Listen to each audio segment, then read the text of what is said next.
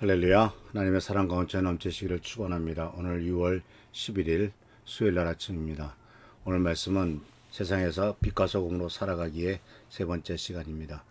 오늘 말씀은 누가복음 10장 37절 말씀. 예수께서 이르시되 가서 너도 이와 같이 하라 하시니라. 이 말씀은 우리가 잘 알다시피 예수님께서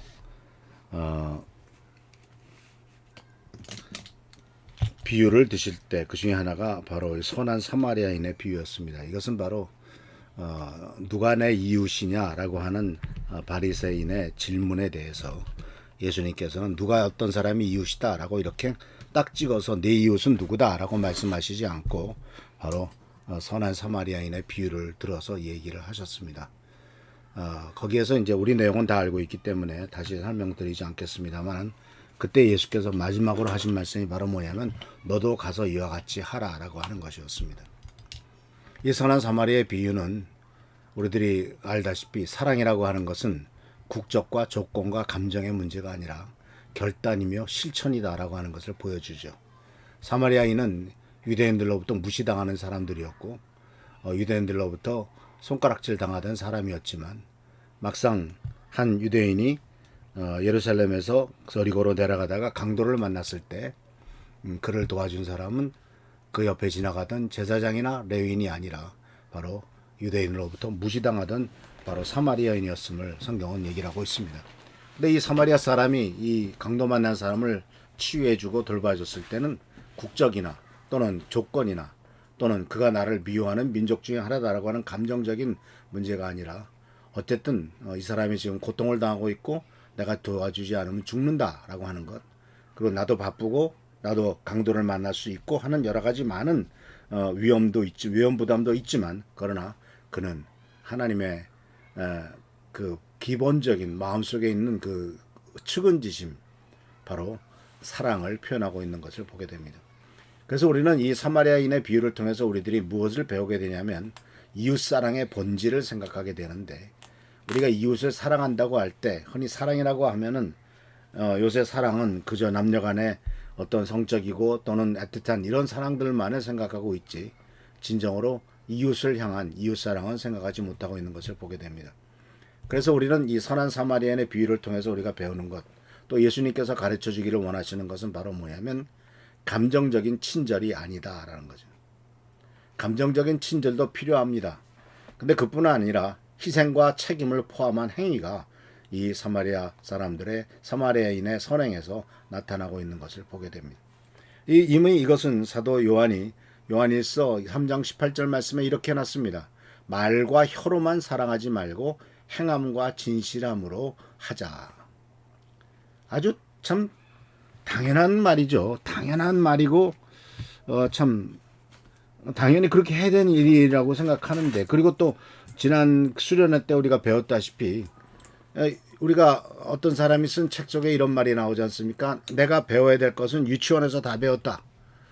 바로 우리가 살아가는 데 있어서 가장 기본적인 삶의 태도, 바로 말과 혈로 사랑하는 것이 아니라 행함과 진실함으로 하자 하는 것, 이것이 바로 가장 기본적인 신앙의 태도인데, 그 신앙의 태도, 기본적인 삶의 태도, 기본적인 인간으로서의 태도조차 이렇게 흔들리고 있는 세대에 우리가 살고 있다라고 하는 것을 발견할 수가 있습니다. 그래서 우리는 이 사랑으로 이웃을 섬긴 모습은 사랑으로 이웃을 섬긴 가장 모범적인 모습은 아마도 우리 예수님을 통해서 볼 수가 있겠죠. 이 세상은 사람들에 대해서 무관심합니다. 자기 문제 말고는 다른 사람의 문제에 대해서는 뭐 별로 관심이 없죠. 내가 배가 고파야 다른 사람도 배고픈 걸 느끼고, 내가 병들어 봐야 다른 사람이 아픈 것이 얼마나 힘들다 하는 것을 느끼죠. 그래서 우리나라 속담에도 동병상련이란 말이 있고 과부 사장을 호래비가 안다라는 말이 있는 것은 동일한 상황에 처하지 않으면 다른 사람의 아픔과 쓰라림을 이해하지 못한다라고 하는 것입니다. 이것은 바로 무관심을 표현하고 있는 것이라고 볼 수가 있죠. 그뿐만 아니라 편견이 있습니다. 특히 우리 한국 사람들이 갖고 있는 편견은 외국인에 대한 이중적인 편견이죠. 서양 사람들에 대해서는 긍정적으로 생각하지만 동남아 사람들에게든가 흑인이라든가 이런 사람들은 무시하는 이와 같은 편견이 있죠. 그러니까 여러 가지 많은 편견이 있습니다. 또 우리들은 또 너무나 이 세상 살아가는데 자기 자신의 유익을 위해서 살다 보니까 너무 바쁩니다. 남을 돌볼 시간이 없습니다. 그런데 예수님께서 보여주신 모습은 언제나 예수님은 가던 길을 멈추고 바로 들으셨다라고 하는 겁니다. 이 태도는 굉장히 중요합니다. 멈추고 들으셨다.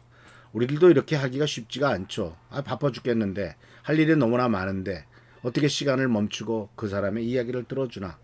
그런데 주님께서는 이 세상에서 가장 중요한 일이 무엇이냐.